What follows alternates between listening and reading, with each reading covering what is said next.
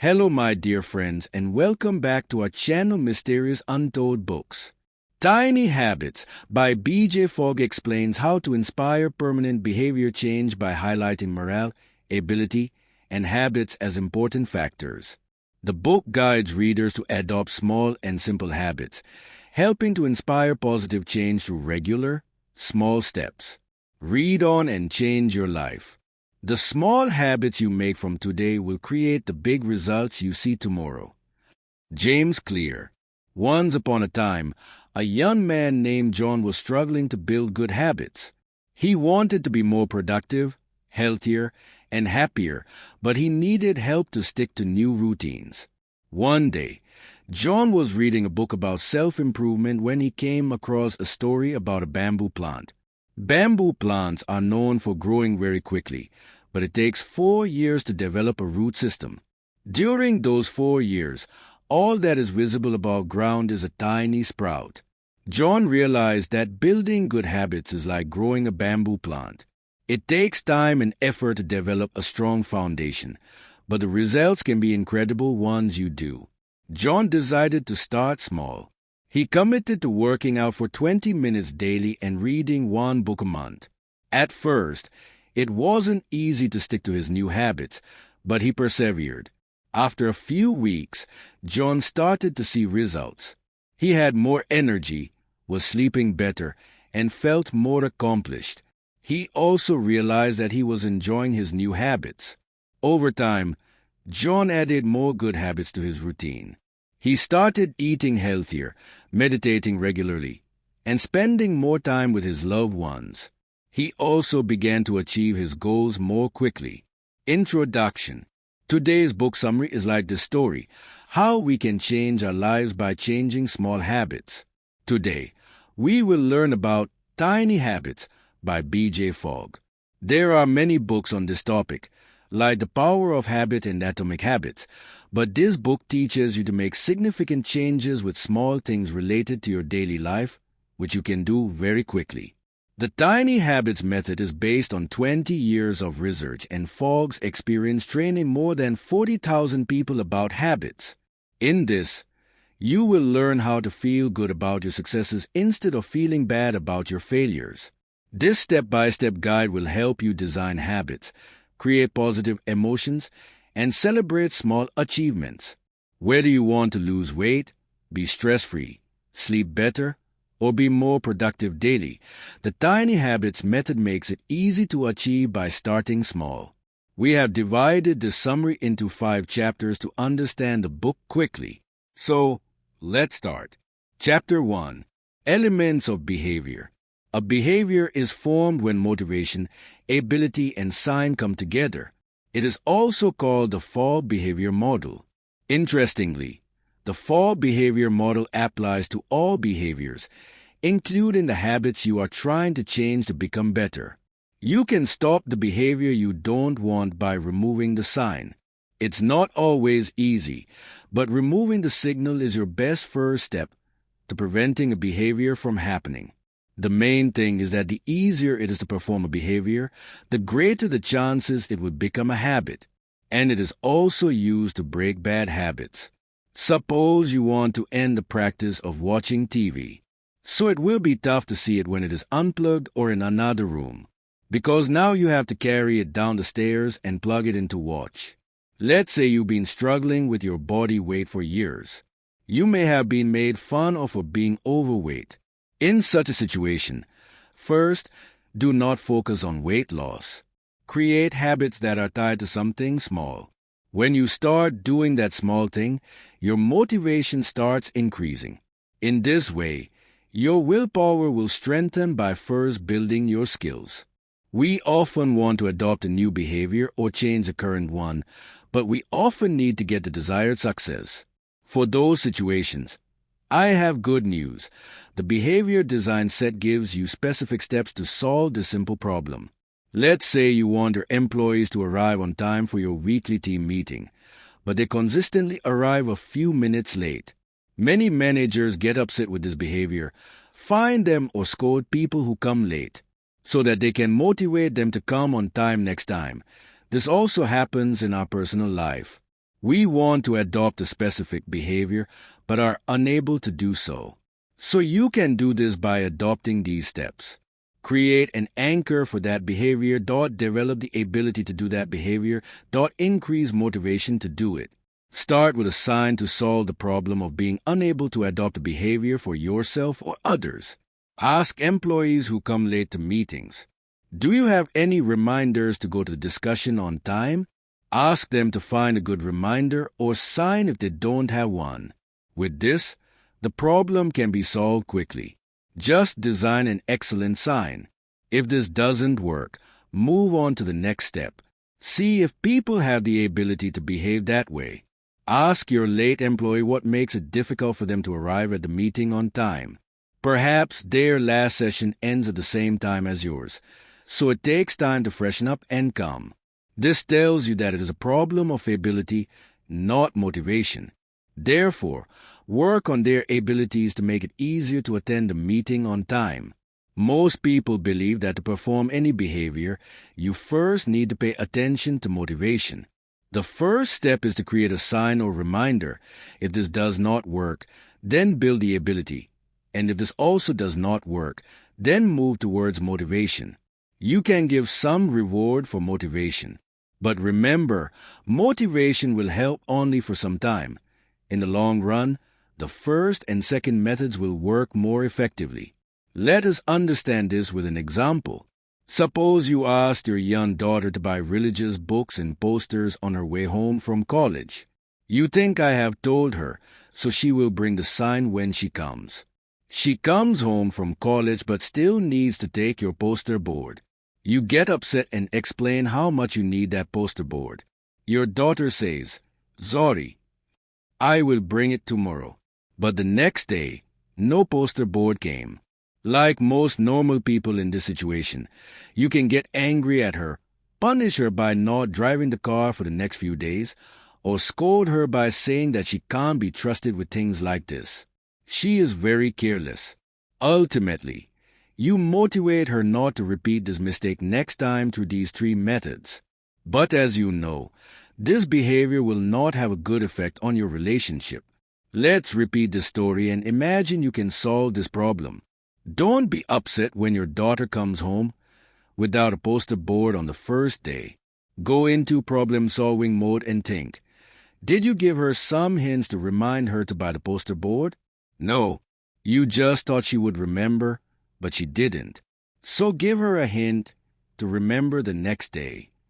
Ask her to make a reminder or a sign, like making a to-do list note on your daughter's phone or calling her while coming back from college and reminding her. She will bring you a poster board with a smile when you implement this troubleshooting method in your behavior the next day. If you apply this method, you'll find that it helps you stop blaming yourself. Let's say you didn't get up early this morning as expected. So, this method enables you to stop blaming yourself for your lack of willpower or motivation. Instead, set an alarm or similar reminder to wake up early or go to bed on time in the evening. This will help you know you have something to motivate you. What was it that triggered that? What was making the behavior challenging to do? You will often find that your lack of behavior is not a motivation issue. You can easily do this by finding a good sign or making the behavior more straightforward. Chapter 2. 3 Ways to Make Behavior Easier. 1. Increase your skills. When you are better at something, it becomes easier to do it. Therefore, by developing skill, you can increase the capacity to do that habit. To improve your skills, do online research, ask for suggestions from a friend or take a related class and repeat that behavior repeatedly. If you want to develop the habit of keeping clean, read The Life-Changing Magic of Tidying Up, the world's best-selling book that teaches you about cleanliness. With this, you will learn practical ways to keep your house clean.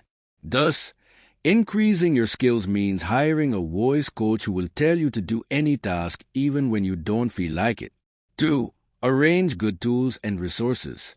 To make your new behavior comfortable, have as many necessary tools and resources as possible. Remember, it won't become a habit if a behavior frustrates you.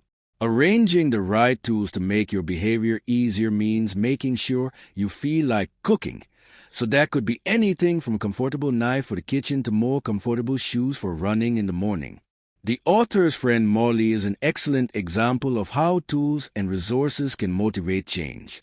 Since Molly was 10 years old, she struggled to maintain her healthy weight. And this problem continued till she was young because she overeats junk food.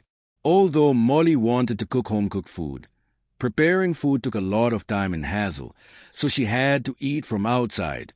One day, Molly went to a friend's house and saw her using a tool with a flat frame and an adjustable blade. Her friend chopped whole carrots into a salad ball in about 10 seconds, with no wobbly cutting board or dull knives. It felt like magic to Molly. She asked her friend, "Wow, what is that thing?" It was a mandolin. This tool made it easier for her to chop vegetables. So she cooked at home on holidays for the next few weeks and now cooks daily. A year later, she told the author that she was happier, more energetic, and more productive than ever. Most importantly, she now asks, "How can I make this easier?" So that even when she lacks the motivation to cook, she still eats healthy home-cooked meals. You don't have to buy fancy kitchen tools every time, but learn from Molly and buy the necessary tools to make it easier as per your habit and adopt new things with a flexible mindset. This way, you can do the work more productively in less time. Due to this, it will become easier to do, the motivation to do it next time will increase, and by doing it again and again, that behavior will become your habit. 3. Make behavior small. Making behavior small is the basis of tiny habits. There is a surefire way to make any task more accessible, which means making a goal of completing a small part of your new habit while doing what you feel is just a little. I could have finished it now. For example, if you want to walk 3 kilometers daily, your first step is to wear running shoes. That initial step becomes your small behavior and begins your new habit. The purpose is to start with just one crucial step in achieving the desired behavior. Say to yourself, "I don't want to walk. I have to wear my shoes every day." Wearing those shoes will change your thinking. Suddenly, walking will seem more straightforward than it appeared before. Most days, you'll head out the door and walk around your area after putting on your shoes. This is a way to turn small initial steps into big habits. While doing this, remember, take your time to make this small behavior big. If you wear shoes but don't run someday, that's okay, too. But remember to wear shoes every day. When this behavior becomes comfortable, the behavior moves towards walking, running, and so on, becoming comfortable with each habit. This will strengthen your confidence that you can always take action, no matter how your motivation fluctuates. For example, the biggest problem for Sarka, one of the author's students, was being unable to cook breakfast herself. He found it very difficult to do this. After taking the Tiny Habits course and learning about starter steps, Sarka decided to turn on the stovetop burner first thing in the morning. That was her new habit. Although this was a tiny habit, it was a stepping stone towards cooking breakfast. That's all she did for the first few days. She would leave the burner on for a few seconds, then turn it off. But she soon placed the pot on the burner. Then, once the pot wasn't there, she thought, why not boil water for the porridge? Once the water started cooking, it seemed foolish not to add the porridge, and she made her breakfast most days by adding it. In this way, she became comfortable with each step and formed a new habit. But if she ever felt rushed or distracted, she would turn the burner on and off and complete that day's task because the starter step was the only behavior she had incorporated into her daily routine. Starter step is a mental motivation. Doing such a small step continuously keeps you motivated internally to do the next step. Because by consistently doing just one small behavior, the momentum it creates in you often takes you to the next step with less friction. You have to remember this Don't get demotivated by not being able to have any more significant habit other than your small habit. You have to take responsibility for your starter behavior, like lighting the burner, and you will be successful every time. Every time you do this, you keep that habit alive and create the possibility of moving forward. For example, Sarika was surprised at how quickly her burner habit developed into multiple patterns, making it a habit to make a full breakfast. Motivated by her success, she also started making lunches and dinners. And within a few months, she moved beyond porridge and started making morning dosa with chutney. Chapter 3. Identify your anchors. Anchors mean some behavior in your daily life immediately before or after which you will make your new desired habit. Your anchor should be something that happens in your life. Some people feel they do not know what work to do in their daily schedule. Sometimes they do one thing and sometimes something else. This situation may happen to you, too. No matter how disorganized your routine is, you always have enough activities to anchor you. Try these anchors as much as possible in the morning. The author found in the research that our routine is usually more fixed in the morning. At this time, most of the things happen that we typically do daily. Therefore, morning is like fertile soil for developing new habits. Our schedules easily get disturbed as the day progresses. And once one program is broken, the other also gets broken. For example, due to starting work late, more focus goes on work, and habits made to stay healthy during the day are avoided. Coming back late from the office, you take pizza instead of cooking dinner. In this way, you can make your habit of using anchors in your morning, afternoon, and evening. Do this in your morning routines. I'll do it after my feet hit the ground in the morning. After sitting on the bed. I will do this. After I turn off my alarm. I'll do this. After I go to the toilet. I will do this. After I flush the bathroom. I will do this. After I turn on the shower. I'll do this. After I brush my teeth. I'll do this. After I brush my hair. I'll do this. After I make my bed. I'll do this. After tying my shoes. I'll do this. After I turn on the coffee maker. I'll do this. After pouring myself a cup of coffee. I'll do it. After I put my dishes in the dishwasher. I'll do this. After feeding the dog. I will do this. After I put the key in the ignition of my car. I'll do this. Do this in your midday or afternoon routine. After hearing my phone ring, I'll do it. After I hang up the phone. I'll do this. After having a cup of coffee. I will do this. After clearing my inbox. I do this. After coming from the bathroom. I will do this. Do this in evening routines. When I reach my doorstep after office, I will do this. After I put my bag down. I'll do this. After I sit down to eat. I will eat this. After I put my dinner utensils in the dishwasher.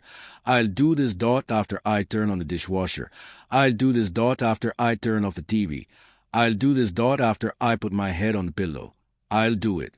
In this way, find anchors according to your schedule. And after that anchor, do a small behavior related to your desired habit. Once you have several anchors, look carefully at the new pattern you want to develop to associate your new routine with the most suitable anchor. Chapter 4. Emotions create habits. There is a direct relationship between how you feel when you perform behavior and your likelihood of repeating that behavior in the future. For a long time, people have believed in the old myth that repeating things creates habits, but while doing so, remember that this is just recycling old thoughts. If you haven't done anything different, how can the results differ? Keep this in mind when you design your behavior to form a habit. Just think about how Instagram and Snapchat take advantage of this. Once you've taken a photo, the app makes it easy to use filters. As you apply different filters, you see your photo magically transform before your eyes, and the photo is no longer just a photo. You feel like you are sharing a fantastic feeling and moment. When this happens, your brain releases dopamine, and you look for opportunities to use Instagram or Snapchat again because it feels good. Regarding behavior, decision and habit are opposites of each other. The decision requires thinking, not habits. You can decide what to wear when you go to work every morning, but most people must decide whether to take their phone while leaving the house. They take it with them without thinking. Because the phone is connected to their emotions, people feel good about it without thinking. In this way, it becomes their habit to keep the phone with them and keep looking at it occasionally. The entire process of habit formation is precisely the same for good and bad habits. For example, if an announcement is made today that eating cake is prohibited after 2 o'clock tonight because it is not suitable for health, so your brain won't care because it still wants the pleasure of eating the cake. Similarly, many behavior we do not like or know are unsuitable for us, but we do not stop doing them because they are connected to our emotions, like using mobile phones, playing video games, etc. Your brain's reward system is more influenced by feelings and less by what society calls good and bad. As humans, we are deeply connected to emotions, so most of our habits are a mix, some of which we want and a lot of which we don't. The good news is that you can control it. We already have the option to use our brains to feel good and change behavior. You can adopt your desired habit and feel like a winner. Chapter 5. Use celebration to build habits. Celebration is the best way to create a positive feeling in your new habits. It is available to everyone. Celebration teaches us how to be good to ourselves. But before mixing habit celebration techniques with everything you've heard about celebration, understand this. Celebration activates your desire for reward. Let's say you commit to running every day for 2 weeks. Then, at the end of those 2 weeks, you reward yourself with a massage. This reward is good for you, because this massage will benefit you in the future. Here, your massage will become a motivation, not a reward. Simply put, the reward should be a good experience directly related to your behavior that increases the chance of that behavior occurring again. Give a tip either during your behavior or as soon as possible after to improve your ability to do that behavior again, because at that time, the happy hormone called dopamine is released very rapidly in our brain. This means that to form a habit, you have to develop those good feelings quickly. A natural and deeply felt celebration will give you the superpowers of forming habits. If you need clarification about what might work for you, put yourself in these situations and see how you respond. This will let you know about your natural ways of celebrating. Use that natural process to add a spark to your new habits. When you read these situations, don't think or analyze too much. Just allow yourself to respond. Dream job. You apply for your dream job in your favorite company. Reach the last interview round. The hiring manager says, "We will email you our decision." The next day, you get an email from the manager with the joining letter. What do you do at that moment? Office scenario. Imagine yourself sitting in the office. You have a piece of paper, and the dustbin is in the room corner. You decide to wrap the paper and throw it in the dustbin. You throw the paper with careful aim, and it falls straight into the dustbin. What do you do at that moment to celebrate your perfect shot? Championship scenario. Your favorite team is in the championship game. The scores of both groups are equal, and very little time is left. As soon as the time is up, your team wins by scoring. What do you do at that moment? Have you found a way to celebrate that makes you feel sparkly? If not, it's time to try some other celebration techniques. Here are some celebrations you can try. These include those you can do in the middle of a crowd or the privacy of your home. Say yes. Laugh openly. Listen to your favorite song. Dance. Clap your hands. Nod your head and celebrate. Congratulate yourself.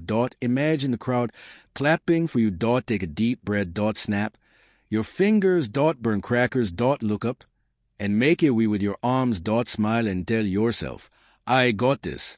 Thank you for listening. Audiobook by Mysterious Untold Books.